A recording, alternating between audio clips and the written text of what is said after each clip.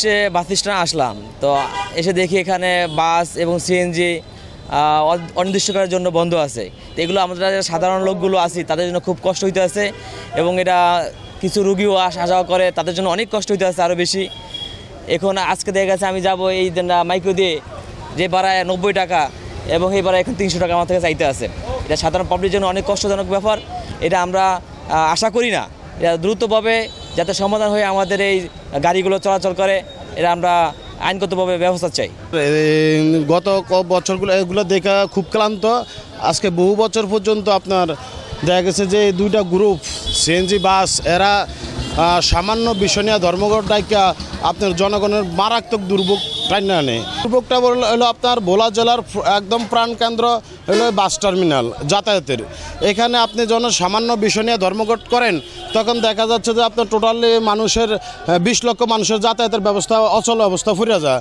একটা লোক চরপে সন্তান আসবে আপনার ভোলা ডাক্তার দেখাইতে, একটা লোক চরপে সন্তান ভোলা আসতে হয় কোর্টে মামলার সংক্রান্ত বিষয়ে, অনন্য কিছু প্রয়োজনীয় তাদের বিষয়বস্তু আছে।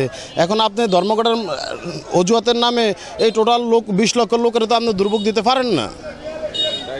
তাই আমি অতি বিলম্বে এবং প্রশাসন সহ ভোলার যারা রাজনৈতিক নেতৃবৃন্দ আছেন তাদের কাছে বিনীত অনুরোধ করব আপনাদের মাধ্যমে যে যত দ্রুত সম্ভব এই জনদুর্ভোগকে নিরসন করে 20 লক্ষ মানুষকে যাতায়াতের ব্যবস্থা করে দেওয়ার জন্য। সমস্যা আমার ভাই অ্যাক্সিডেন্ট করছে, তাড়াতাড়ি ঢাকা বা এক জায়গায় নিতে হবে, এই কোমরের বাটি ছুটিয়ে গেছে। এখন আমরা তো বরিশাল দিয়ে আসছি, যাইতে পারতেছি না।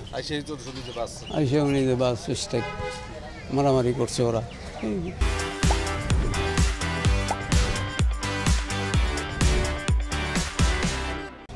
বাসও বহিত, সিএনজিও বহিত।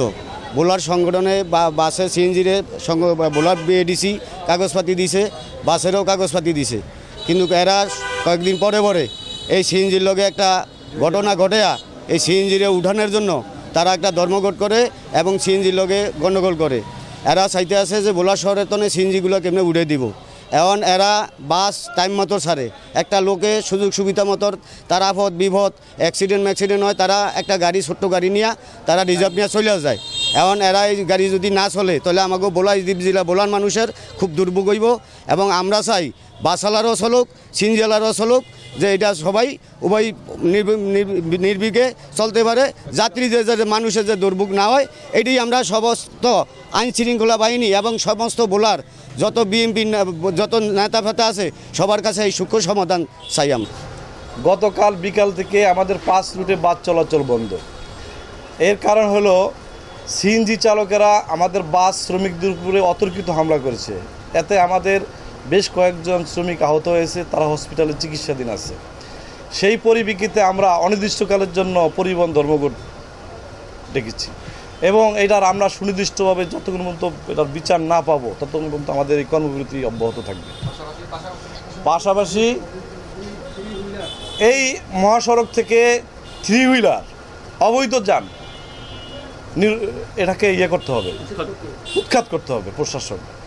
এবং এটা যদি এই আঞ্চলিক মহাসড়ক বা মহাসড়ক যেটাই বলেন এখান থেকে 3 হুইলার অবৈধ যান যদি বন্ধ না করে আমাদের সাথে অহরহ সংঘর্ষ এইভাবে চলতে থাকবে। এবং বিশেষ করে এই বিভিন্ন জায়গায় বাস শ্রমিকদের সাথে সিএনজি চালকদের সাথে অহরহ সংঘর্ষ চলতে থাকে।